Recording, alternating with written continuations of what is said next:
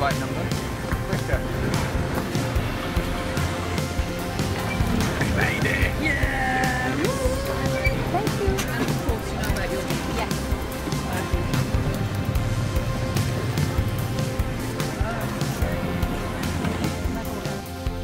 He is arguably the most famous person in history. Over 2 billion people claim to follow him. That's 1/3 of the world's population. He's represented in art and literature more than any other figure. Time magazine called him the most influential person who has ever lived. But who is Jesus?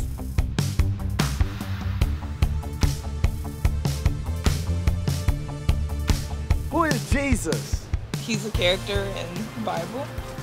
He has something to do with God. Long hair, wears a white robe.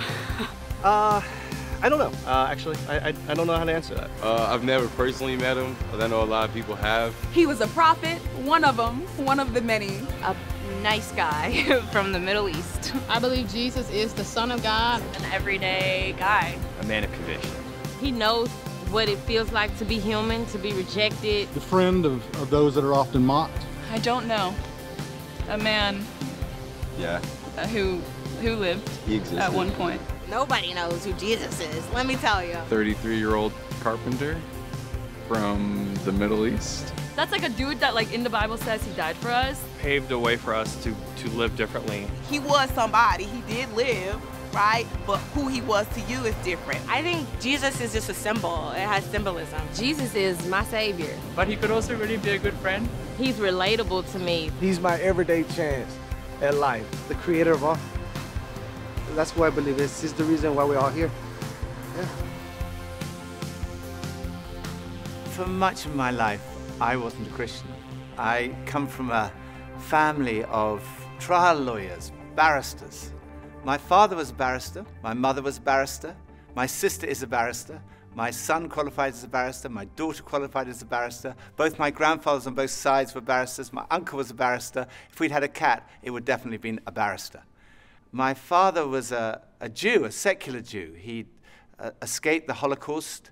Many of his family had died in the Holocaust. My mother was not a churchgoer. My father described himself as an agnostic. And I came to the conclusion that I was an atheist as a teenager. And I was quite an argumentative atheist.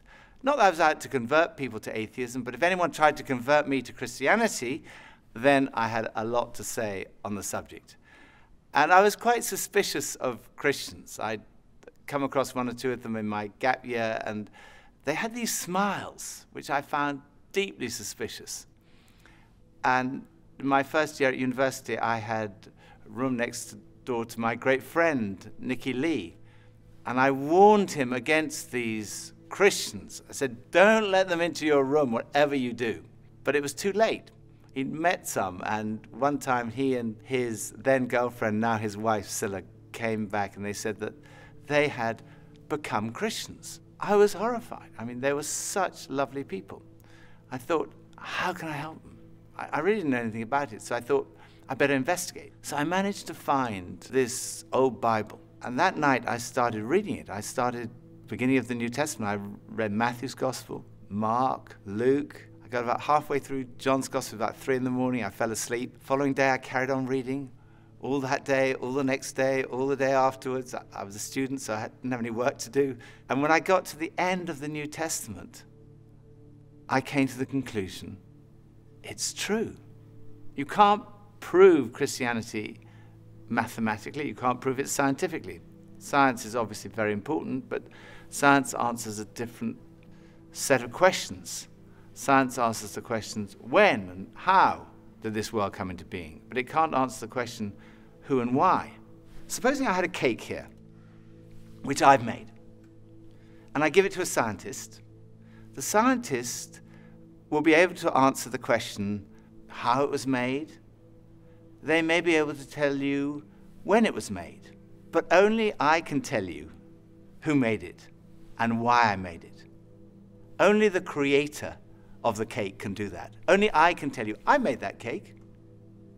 And I can tell you why I made that cake. And it's the same with this universe. Only the creator can reveal who made this world and why he made it. And the claim of Christianity is that he has done that. The Creator has revealed himself. And he's revealed himself in the person of Jesus. And the evidence is not scientific evidence, that's not the only kind of evidence, but historical evidence. When I was a barrister, that's what we relied on. We relied on historical evidence that we presented to a jury. It was things that had happened in the past. They weren't there. Every time a jury brings back a verdict, it's a step of faith based on evidence.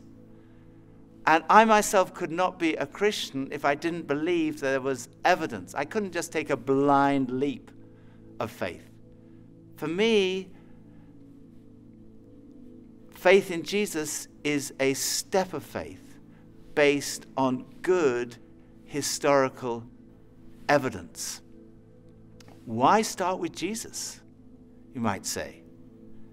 I didn't even believe there was a God, but I came to believe in God through Jesus because the resurrection of Jesus strongly suggests that this world has a creator and that that creator is to be seen in terms of, through the lens of, Jesus. Jesus of Nazareth is believed to have walked these streets around 2,000 years ago. But is there any evidence that he even existed? Well, there's actually quite a lot of evidence. No serious historian would deny that Jesus existed. The Roman historians Tacitus and Suetonius wrote about Jesus, as did the first century Jewish historian Josephus. He described him as Jesus, a doer of wonderful works, and then he goes on to describe his crucifixion and alleged resurrection. So there's evidence outside of the New Testament for the existence of Jesus, but most of the evidence comes from within inside the New Testament. And sometimes people say, well, the New Testament was written such a long time ago. How do we know what was written down hasn't been changed over the years? Well, the answer is that we do know because of a science called textual criticism. Textual criticism examines the number of copies of early texts that we have available to us today, and it looks at the time gap between the original document and the earliest copy that we have. And basically, the more manuscripts we have and the earlier they are, the less doubt there's going to be about the original. So let's compare the Bible to other texts in ancient history, ones that are widely used in schools and universities. Let's look at the Greek historians Herodotus and Thucydides. They both wrote in the 5th century BC. But the earliest copy of their writings that we have dates from AD 900, and that makes a 1300-year time lapse. And even then, we only have 8 copies of these manuscripts in the first place. Or look at the Roman historian Tacitus. There's a 1000-year gap between his book being written and our first manuscript, and we only have 20 copies. Or another classic, Caesar's Gallic War, 950 years between the book being written and our first manuscript copy. And even then, we only have 9 or 10 copies of these manuscripts. Again, with Livy's famous History of Rome, a 900-year gap between the book being written and our first manuscript, and we only have 20 copies of this. But when it comes to the New Testament, well, it's very different. The New Testament was written between about 40 and 100 AD, and we have manuscript evidence going back as early as 130 AD, and full manuscripts by 350 AD. And we have more than 5,300 Greek manuscripts, 10,000 Latin translations, and 9,300 others. So, you know, we can be pretty confident in the accuracy, the authenticity, and the integrity of the New Testament scriptures that have been passed down to us today. The remarkable thing about the Bible is there's such a short chronological distance between the events being described and our first manuscripts. So in many ways, the Bible scholars are in a very fortunate position of being able to check these things out and finding that they are much more reliable than, for example, some of the alternatives you're looking at. And as a scholar, I am more than happy to say, I trust this, I take it very, very seriously, I rely on it. Professor F.J.A. Hort, one of the greatest scholars in the area of textual criticism, concluded that In the variety and fullness of the evidence on which it rests, the text of the New Testament stands absolutely and unapproachably alone amongst ancient prose writings, and no secular historian would disagree with that conclusion. So we know from evidence outside and inside the New Testament that Jesus existed. But who was he? Well, we know that he was fully human. He had a human body. He ate, he drank, he sweated, he got tired, he suffered pain. And he had human emotions, love, joy, sadness, and human experiences. He had the experience of growing up in a family, of education, of having a job, of being tempted. And he experienced bereavement and suffering and torture and even death. Many today would say, okay, he was a human being, but only a human being. Maybe he was a great religious teacher, but no more than that. Others would say he was much more than that.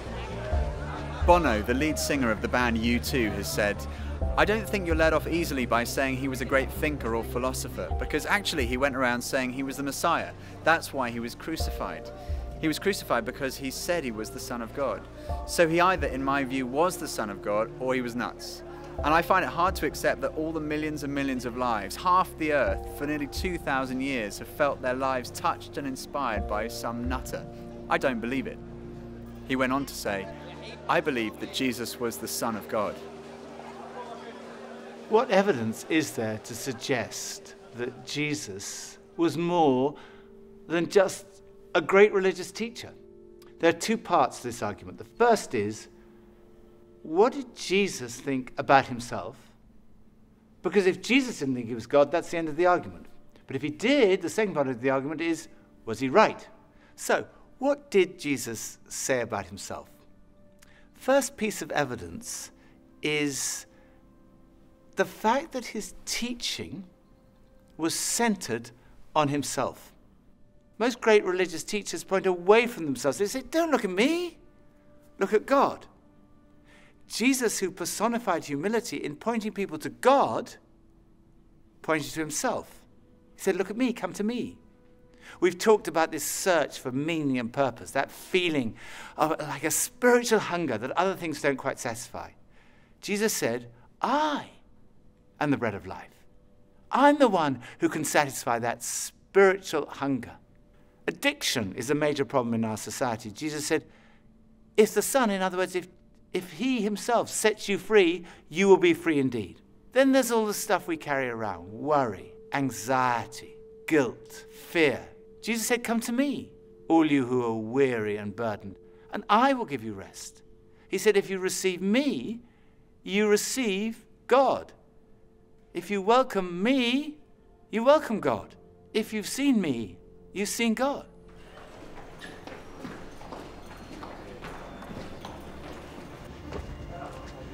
Forgiveness is right at the heart of Christianity.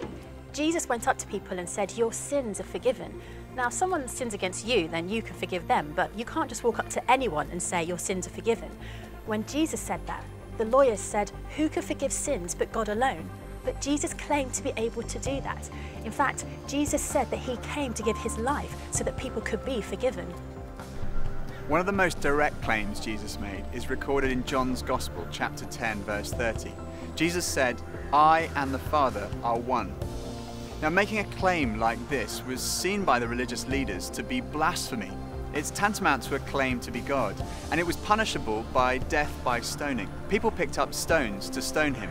Then Jesus said to them, I've shown you many great miracles from the Father. For which of these do you stone me?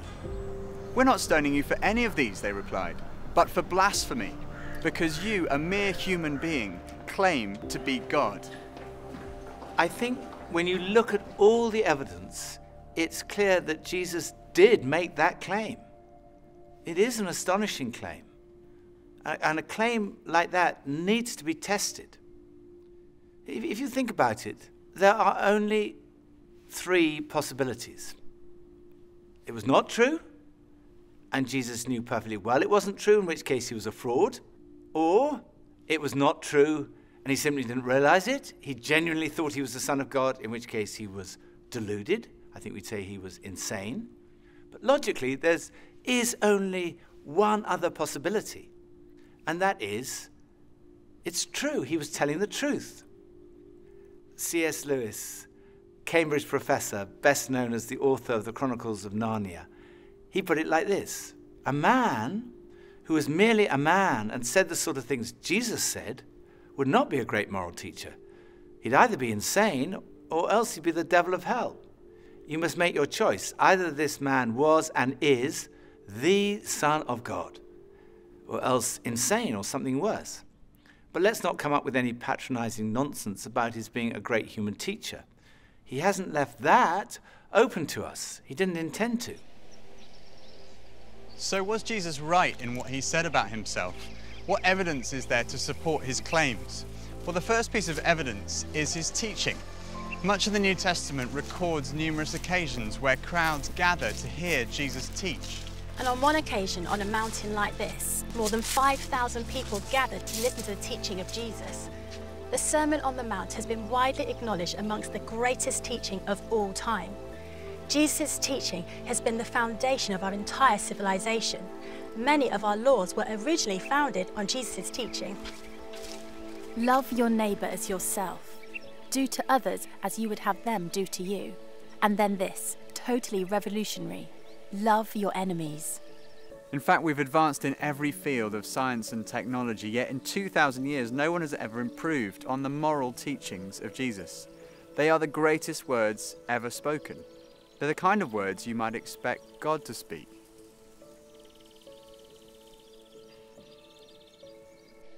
Another thing that marked Jesus' life was his love for the marginalized, feeding the hungry, healing the sick.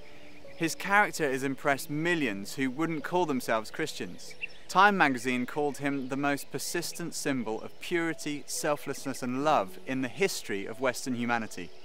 He was a person in whom even his enemies could find no fault, and whose friends said that he was without sin. It's been said that our character is truly tested when we're under pressure or in pain. And when Jesus was being tortured, he said, "Father, forgive them, for they do not know what they're doing." Another piece of evidence is his fulfillment of Old Testament prophecy. No one else in history has had a whole collection of books written about them before they were born. Jesus fulfilled over 300 Old Testament prophecies, 29 of them in a single day. Of course, it could be suggested he was a kind of clever con man who set out deliberately to deceive people. He read all these prophecies and he thought, right, I'm going to go through and I'm going to fulfill them all in my life. The difficulty with that theory is that, first of all, the sheer number of them. And then the fact that, humanly speaking, he had no control over many of these things. There were prophecies about the exact manner of his death, about the place of his burial, even about the place of his birth. Clever con man would be going around and say, oh my goodness, I'm supposed to be born in Bethlehem. It's too late. Then the final piece of evidence, his conquest of death. The physical resurrection of Jesus is the cornerstone of Christianity. And this is relevant to every single one of us, because we're all going to die. It's the ultimate statistic. 1 in 1 die. You go to a funeral. The coffin is lowered into the ground. It looks absolutely final. And it is. Unless Jesus died and was buried and then was raised to life. In which case, death has been conquered. But is this just wishful thinking?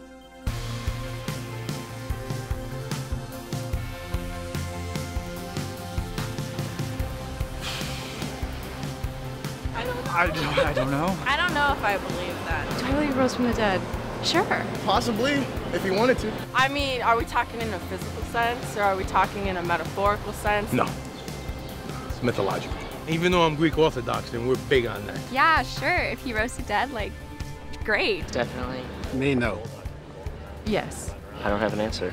God's still working with me on that. I could believe it, but I can't say 100% like that's what my faith is just based on. I don't know. I've seen crazier things in my time. I believe anything could happen. Yes, absolutely. I do believe that he rose from death. I think it's possible, but I don't know. I believe that he did. I mean, there's so many people around him that claim that he rose from the dead. I don't know. If he did, then that means Christianity is 100% real, so. It would sure be nice to know that that was possible, because I would like to do that as well. All I know is that miracles exist, and if that's definitely one, then I'm with it. There are 4 pieces of evidence for the resurrection. The first is his absence from the tomb. No one has ever satisfactorily explained how Jesus' body was absent from the tomb that first Easter day. People have come up with all kinds of explanations. For example, maybe the authorities stole the body. Well, in that case, why didn't they produce it when people started saying that he'd risen from the dead? Or perhaps the robbers stole the body. But when the disciples heard that Jesus had been seen, they ran to the tomb, and they found that the tomb was not empty. Inside the tomb were the grave clothes that Jesus had been wrapped in. The only valuable thing that a robber might have taken was still there. The grave clothes had collapsed like a caterpillar's cocoon when a butterfly has emerged.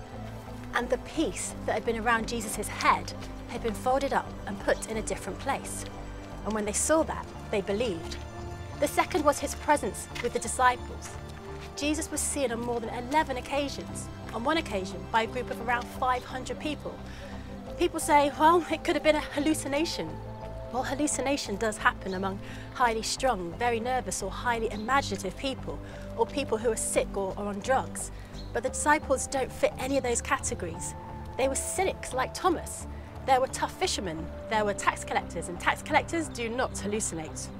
The third piece of evidence is the transformation that we see in the disciples.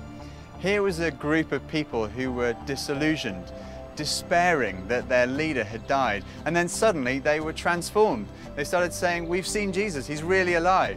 And they went around telling everybody. Later on, practically all of them were killed, crucified, tortured, beheaded because of what they believed. And if they were deceiving people, all they had to do was say, no, it's not actually true. But they never said that because they knew it was true. It had totally transformed their lives. And as a result, this extraordinary movement swept around the whole known world. And it's a movement without precedent in the history of humanity. And fourth, it's still happening today. There are now over 2.3 billion Christians around the world, of every ethnicity, continent, nationality, economic, social and intellectual background. They all speak of this encounter with the risen Jesus Christ.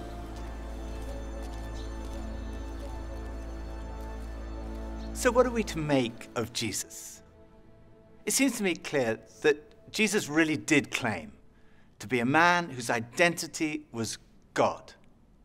And when we look at the evidence of his teaching, his life, his character, his fulfillment of prophecy, his resurrection, to say he was insane or a fraud seems to me absurd, illogical, actually unbelievable. On the other hand, it provides the strongest possible supporting evidence that what Jesus said about himself was true. And when I looked at the evidence, when I read the New Testament, I came to the conclusion it is true. I didn't want to become a Christian because I thought if I became a Christian, life would be totally miserable from that moment onwards. So I tried to put it off. I thought I'll put off becoming a Christian to my deathbed. And then I realized that would not be intellectually honest. So very reluctantly, I kind of said, okay. Yes. And at that moment, I can still remember that moment so clearly. It dropped from here, from my head, being convinced it was true, to here in my heart, having an experience of a relationship with Jesus. And finding what, I guess looking back, unconsciously, I'd been searching for all my life. Something that provided ultimate meaning and purpose to my life. It was the very last place on earth that I expected to find it. But at that moment, I found that what Jesus said was true. Jesus said, I have come that you might have life and life in all its fullness. It really is true that God has revealed himself in Jesus. Jesus really is who he claimed to be. Jesus really did rise from the dead. There is hope beyond this life. There is hope for this life. Right now, in this life, in an encounter with Jesus, we find life and life in all its fullness.